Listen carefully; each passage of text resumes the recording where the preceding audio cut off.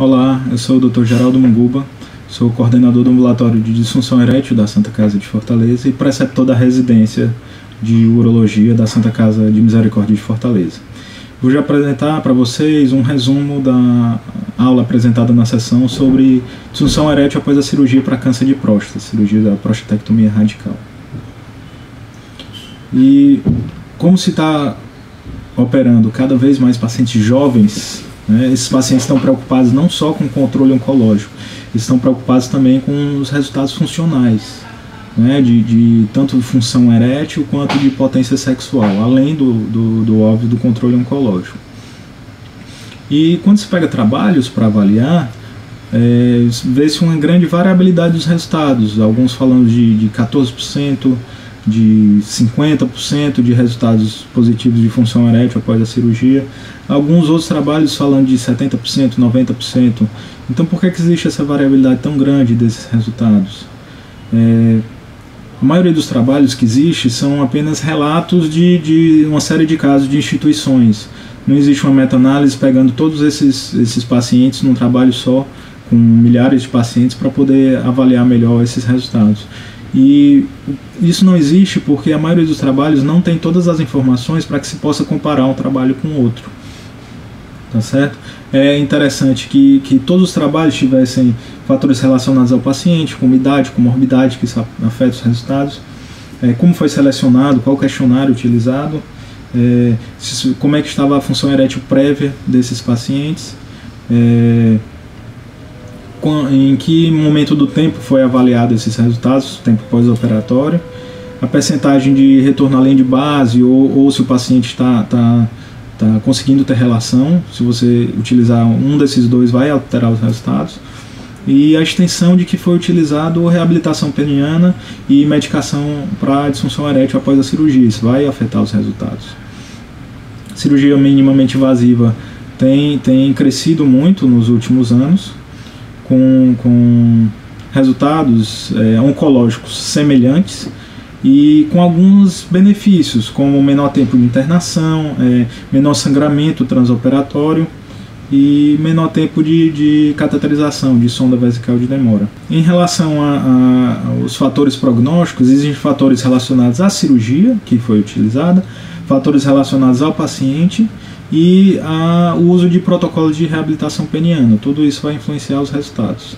Então, o que é que se sabe em relação à cirurgia?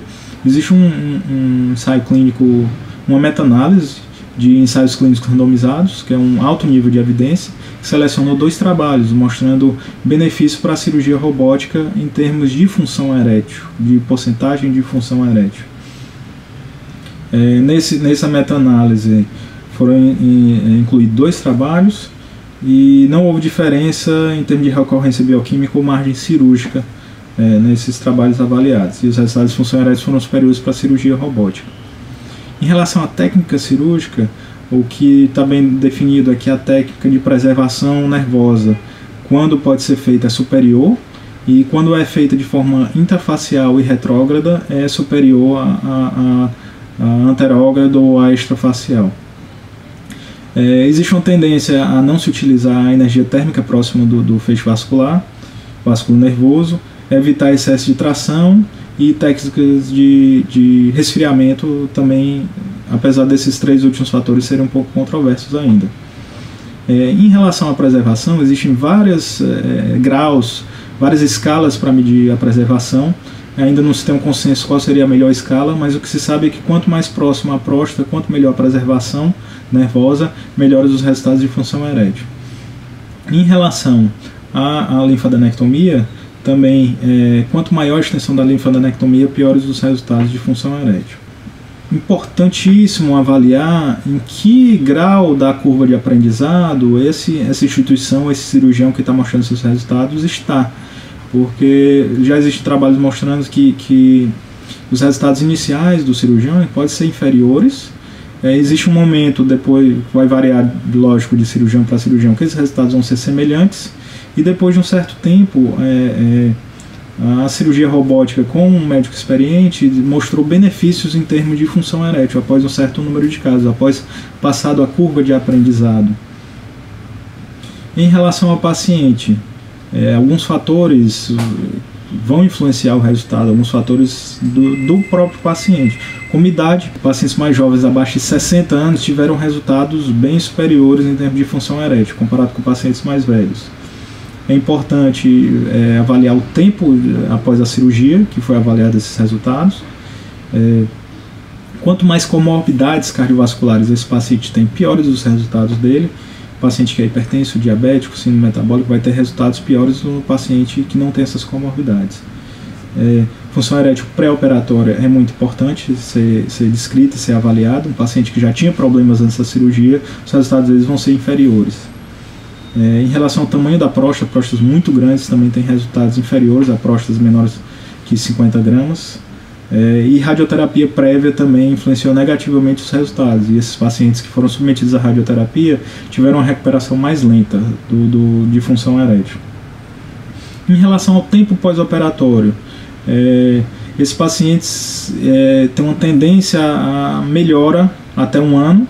Os pacientes que não melhoraram, pequena percentagem pode ter uma melhora de função erétil até 2 anos. Depois existe uma tendência a que se estabilizem esses resultados até 10 anos pós-operatórios.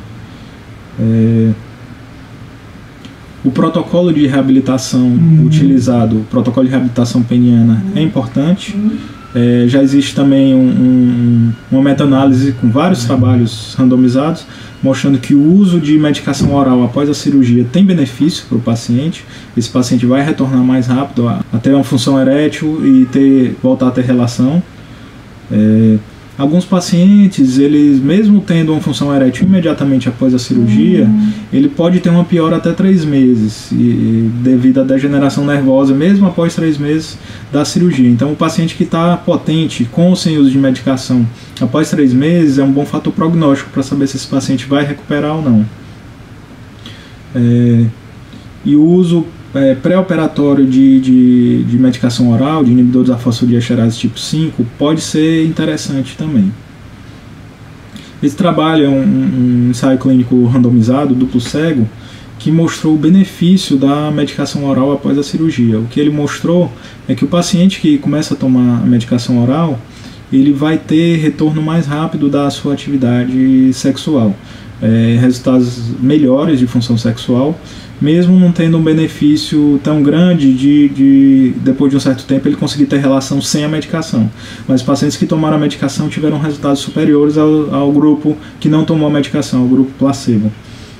E um resultado interessante também desse trabalho é que os pacientes que tomaram a medicação de forma contínua, de uso diário, eles tiveram uma prevenção da perda de tamanho peniano. Após a cirurgia de prostatectomia radical, existe uma tendência de perda de tamanho, de redução de tamanho do pênis, e a medicação de uso diário preveniu essa perda de tamanho.